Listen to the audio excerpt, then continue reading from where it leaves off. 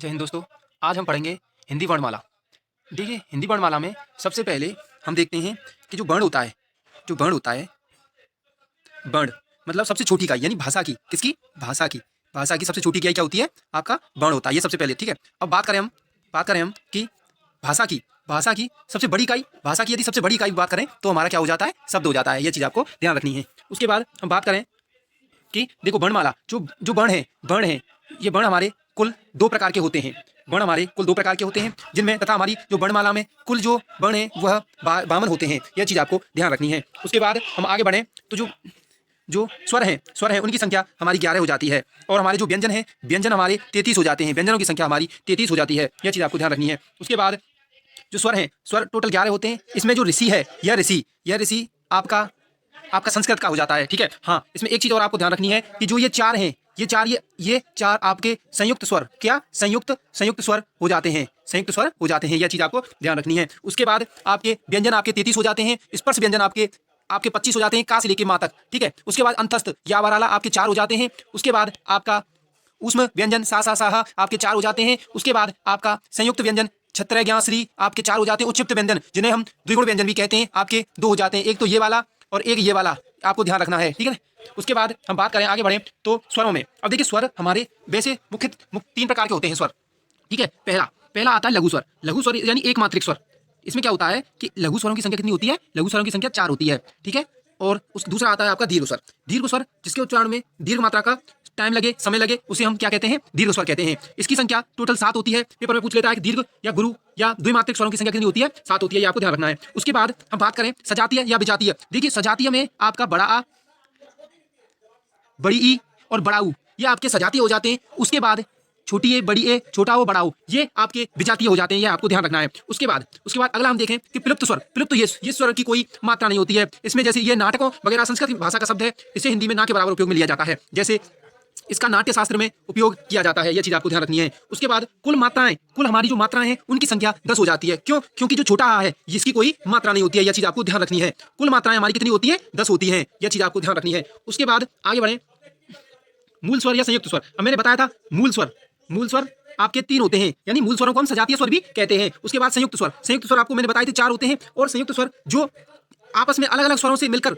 बनते हैं, जैसे आपका छोटा आ और छोटी ई मिलकर ए बन गया, छोटा आ छोटा ऊ मिलकर ओ बन गया, इसी प्रकार, ठीक है। उसके बाद हम आगे बढ़ें तो आपका व्यंजनों की संख्या के बारे में बताऊं तो व्यंजन कुल हमारे 33 हो जाते हैं, जिनमें का से लेके मात का पा तक आपके स्पर्श व्यंजन होते हैं, जिनमें कंठ्य का से लेके डा तक, तालव्य चा से लेके ना तक, तथा मूर्धन्य टा से लेके ना तक, तथा दंत्य ता से लेके ना तक, तथा ओष्ठ्य पा से लेके मा तक। ये आपके कुल स्पर्श व्यंजन 25 हो जाते हैं। पेपर में पूछ लेता है कि स्पर्श व्यंजनों की संख्या कितनी होती है? 25 होती है।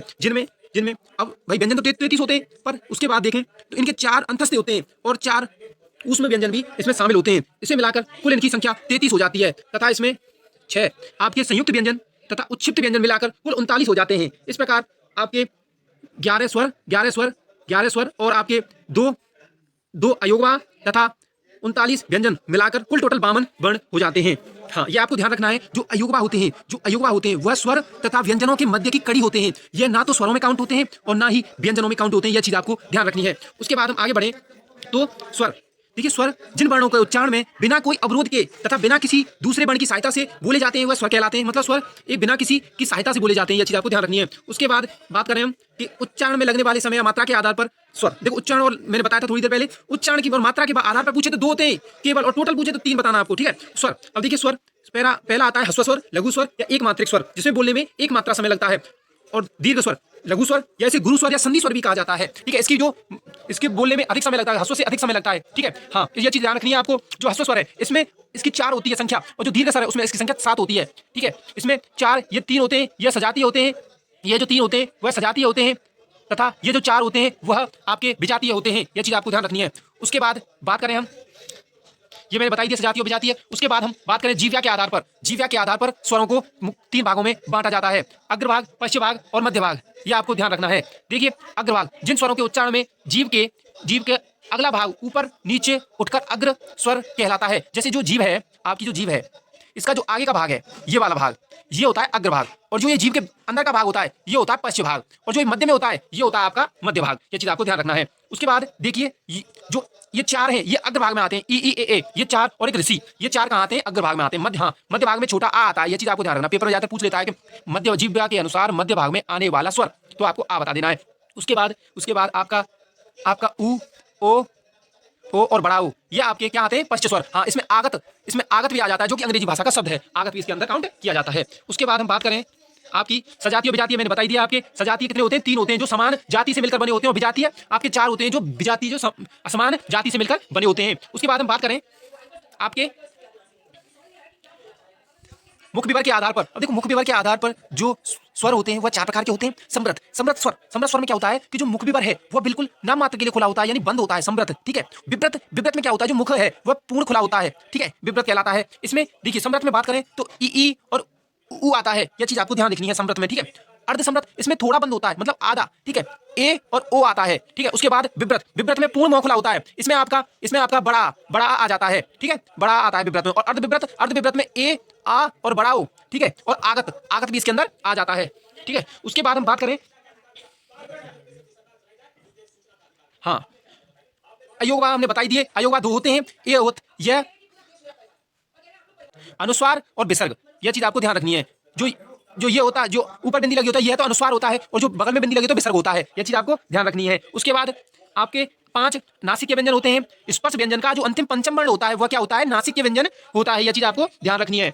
उसके बाद हम बात करें अर्धस्वर, ये मैंने आपको 4 बताई दिए, समृद्ध, विव्रत और अर्धसमृद्ध और अर्धविव्रत, ठीक है। इसमें क्या होता है? मुख विव्रत बिल्कुल बंद होता है, मतलब थोड़ा बिल्कुल, जिस स्वर के उच्चारण में मुख सबसे कम खुलता है, ठीक है, ये चीज आपको ध्यान रखनी है। और विव्रत में क्या होता है? जिसमें मुख सबसे अधिक खुलता है, यानी बड़ा सबसे अधिक मुख खुलता है, और इसमें क्या होता है? मुख नाम मात्र के लिए खुलता है। उसके बाद अर्धसमृद्ध में क्या होता है? समृद्ध स्थिति से कुछ अधिक खुला हुआ, मुंह आधे से कम खुला हुआ, ठीक है, इस चीज को ध्यान रखना है। विव्रत की तुलना में थोड़ा कम खुला हुआ, मुंह आधे से कम खुला हुआ, ठीक है, इसके अंदर ये 3 आ जाते हैं। उसके बाद हम बात करें कि अनुस्वार। अब देखो अनुस्वार क्या होता है? अनुस्वार जब किसी वर्ण का उच्चारण करते समय हवा केवल नाक से निकलती है तो उसे प्रकट करने के लिए शिरोरेख का उपयोग किया जाता है, जिसे हम अनुस्वार कहते हैं, ठीक है। यह जो ऊपर बिंदी लगी होती है यह आपका अनुस्वार होता है, ठीक है। यह चीज आपको, जैसे बंदर, कंधा, संग, लवन, लंगन, ठीक है, यह चीज आपको ध्यान रखनी है। उसके बाद अनुनासिक में क्या होता है? जब किसी वर्ण के उच्चारण करते समय हवा नाक और मुख दोनों से निकले, यह चीज आपको ध्यान रखनी है। हवा नाक और मुख दोनों से निकले तो अनुनासिक होता है। उसमें क्या होता था कि इसमें जो हवा थी केवल नाक से निकलती थी, केवल हवा कहां से निकलती थी? नाक से निकलती थी। और उसमें क्या होता है? हवा जो अनुनासिक में नाक और मुख दोनों से निकलती है, यह चीज आपको ध्यान रखनी है। विसर्ग, अब देखिए विसर्ग क्या होता है? इस ध्वनि का उच्चारण हा के समान होता है, यह स्वर नहीं है, अतः आ के साथ जोड़कर इसका उपयोग किया जाता है, यह चीज आपको ध्यान रखनी है, विसर्ग, ठीक है। उसके बाद हम बात करें हाँ स्वरों के जो उच्चारण स्थान है उनके बारे में आपको मैं बताता हूँ। उच्चारण स्थान जो छोटा और बड़ा है वह कंठ के अंदर आता है, और छोटी और बड़ी है यह तालु के अंदर आती है, और छोटा ऊ और बड़ा ऊ यह ओष्ठ के अंदर आता है, और ऋषि मूर्धन्य के अंदर आती है, और छोटी है बड़ी है कंठ और तालु के अंदर, और छोटा ऊ बड़ा ऊ कंठ ओष्ठ के अंदर आते हैं। यह चीज आपको ध्यान रखनी है, जिसमें मैंने थोड़ी देर पहले ही बताया था सजातीय और विजातीय। सजातीय 3 होते हैं और विजातीय आपके 4 होते हैं। उसके बाद ये आपके हो गए कंठ, तालु, मूर्धन्य, ओष्ठ, कंठोष्ठ और कंठ, ठीक है, कंठोष्ठ, कंठ, ठीक है। उसके बाद हम बात करें पेपरों में पूछे गए सवालों के बारे में बताता हूं, ठीक है। ये आपके यूपीपीसीएस, बीडीओ तथा अनेक एग्जामों में पूछे गए सवाल हैं, ठीक है। पेपर में पूछा गया है कि हिंदी में ध्वनि कितने प्रकार की होती है? हिंदी में ध्वनियां कितने प्रकार की होती हैं? तो हिंदी में ध्वनियां 2 प्रकार की होती हैं। उसके बाद जो वर्णमाला में स्पर्श व्यंजन है वह कुल कितने होते हैं? 25 होते हैं, ये मैंने आपको बताया था। उसके बाद एक से अधिक वर्णों के मेल से क्या बनता है? अक्षर बनता है, यह चीज आपको ध्यान रखनी है। एक से अधिक वर्णों के मेल से क्या बनता है? अक्षर बनता है। उसके बाद हिंदी वर्णमाला में व्यंजनों की संख्या कुल 33 होती है, यह चीज आपको ध्यान रखनी है। उसके बाद आपकी भाषा की सार्थक लघुत्तम इकाई किसे कहते हैं? मैंने बताया था भाषा की सार्थक लघुत्तम इकाई शब्द होती है, और सबसे छोटी इकाई आपका वर्ण होती है। और यदि मौखिक इकाई कहे तो मौखिक इकाई क्या हो जाती है? ध्वनि हो जाती है, ठीक है। और सार्थक इकाई कहे तो सार्थक इकाई आपका वाक्य हो जाता है, सबसे बड़ी इकाई, ठीक है, वाक्य हो जाता है, ठीक है। यह चीज आपको ध्यान रखनी है। उसके बाद हम बात करें लिपि चिन्हों के क्रमबद्ध समूह को वर्णमाला कहते हैं, या सार्थक समूह को। यह पेपर में क्या पूछ लेता है कि सार्थक समूह को, सार्थक वर्णों के सार्थक क्रम को, व्यवस्थित समूह को वर्णमाला कहते हैं। आगे बढ़ते हैं। जिन उच्चारण स्वतंत्रता से होता है, जो व्यंजनों के उच्चारण में सहायक होते हैं वह स्वर कहलाते हैं, ठीक है। देखो स्वरों का जो उच्चारण है वह स्वतंत्र होता है, पर लेकिन व्यंजनों का जो उच्चारण है वह स्वरों की सहायता से बोला जाता है। जैसे आपका हम का कलम है, अब देखिए का है, का को हम बिना आ के हम नहीं बोल सकते, यानी इनमें क्या होता है कि स्वरों के उच्चारण सहायता से बोले जाते हैं। उसके बाद हम बात करें आपके हिंदी भाषा में ह्रस्व स्वरों की संख्या आपकी 4 होती है, मैंने आपको बताया था। ह्रस्व स्वरों की संख्या 4 होती है, तथा दीर्घ स्वरों की संख्या 7 होती है। इसमें भी 3 सजातीय होते हैं और 4 विजातीय होते हैं, यह चीज आपको ध्यान रखनी है। उसके बाद हम बात करें कौन सा मूल दीर्घ स्वर है, कौन सा मूल दीर्घ स्वर है, ये आपके 3 हो जाते हैं, ठीक है। और इसमें एक आपका बड़ी ई और आ जाता है। उसके बाद हम आगे बढ़ें, किसी स्वर के उच्चारण में दीर्घ स्वर से भी अधिक समय लगता है, विलुप्त स्वर कहलाता है, ठीक है। उसके बाद बात करें हम जीव के भाग के आधार पर दो कौन सा भेद इसके अंतर्गत आएगा। अब देखिए अग्रस्वर, मध्य स्वर और पश्च स्वर इसके अंतर्गत आ जाते हैं। उसके बाद मध्य स्वर कितने हैं, अब देखो मध्य स्वरों की बात करें तो आ को, ठीक है, मध्य स्वर आपका क्या हो जाता है, आ जाता है, मैंने आपको बताया है। और बात करें हम भाषा विज्ञान की दृष्टि से ऊ के उच्चारण स्थान, अब देखो ऊ का पश्च समृद्ध है ना, जो मैंने बताया था, अग्रभाग, मध्य भाग और पश्च भाग, ऊ का उच्चारण स्थान क्या होता है, पश्च होता है। उसके बाद हम बात करें अर्धविभ्रत स्वर, अर्धविभ्रत ए हो जाता है। और संयुक्त स्वर मैंने बताया था आपकी ए, बड़ी ए, छोटा ओ और बड़ा ओ, ये आपके क्या हो जाते हैं, स्वर हो जाते हैं, संयुक्त स्वर हो जाते हैं। संयुक्त स्वर और संयुक्त व्यंजन अलग अलग होते हैं, ये चीज आपको ध्यान रखनी है। उसके बाद हम बात करें कंठ्य स्वर, कंठ्य और तालु। अब देखिए कंठ्य और तालु में आपके ओ और औ आ जाते हैं, कंठ और तालु में, कंठ और ओष्ठ में। और कंठ और तालु में आपके ए, आपकी ए और बड़ी, छोटी ए और बड़ी ए दोनों कंठ्य तालु में आती हैं, यह चीज आपको ध्यान रखनी है। उसके बाद ए के उच्चारण स्थान का नाम कंठ्य और तालु हो जाता है, ठीक है। उसके बाद बात करें हम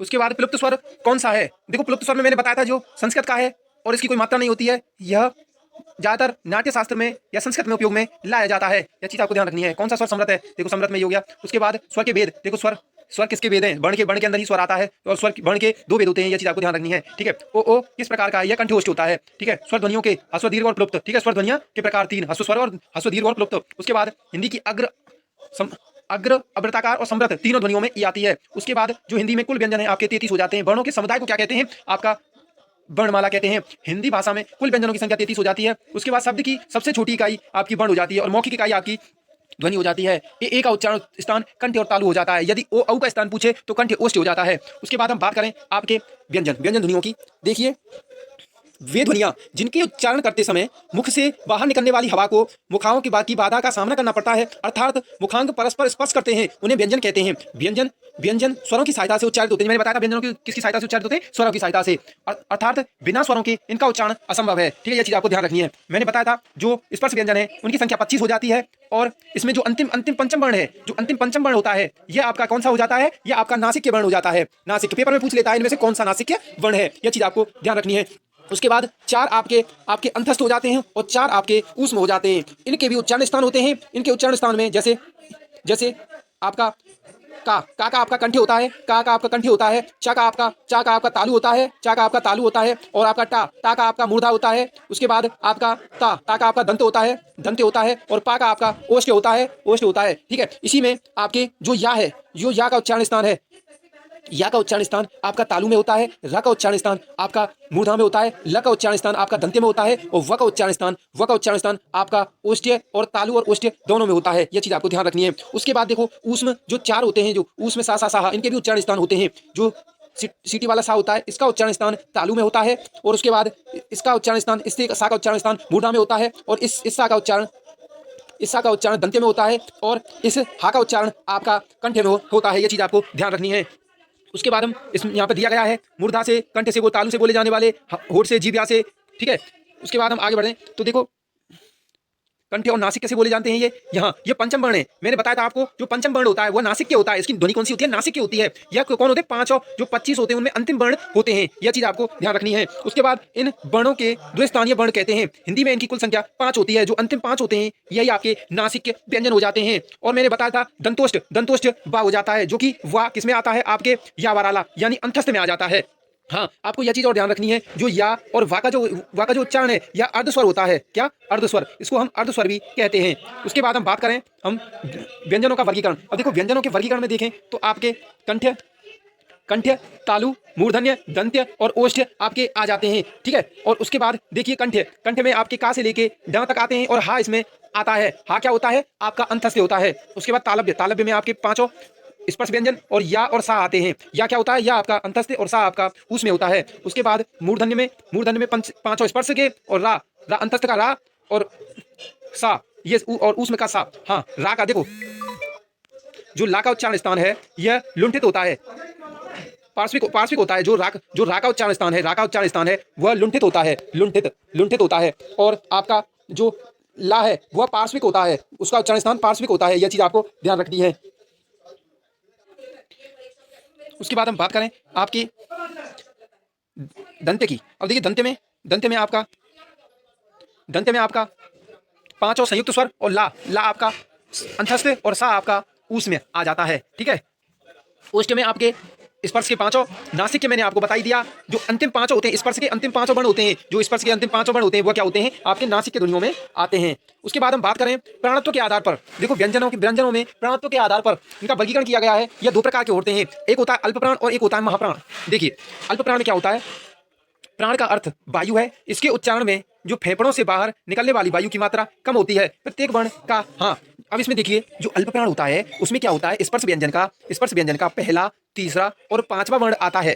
अल्प प्राण में स्पर्श व्यंजन का पहला, तीसरा और पंचम वर्ण आता है, जबकि महाप्राण में इसका दूसरा और चौथा वर्ण आता है। ठीक है, यह चीज आपको ध्यान रखनी है। उसके बाद अल्प प्राण में आपके अंतस्थ व्यंजन, अंतस्थ जो चारों अंतस्थ होते हैं, यह लावा, यह अल्प प्राण में अंतर्गत आते हैं।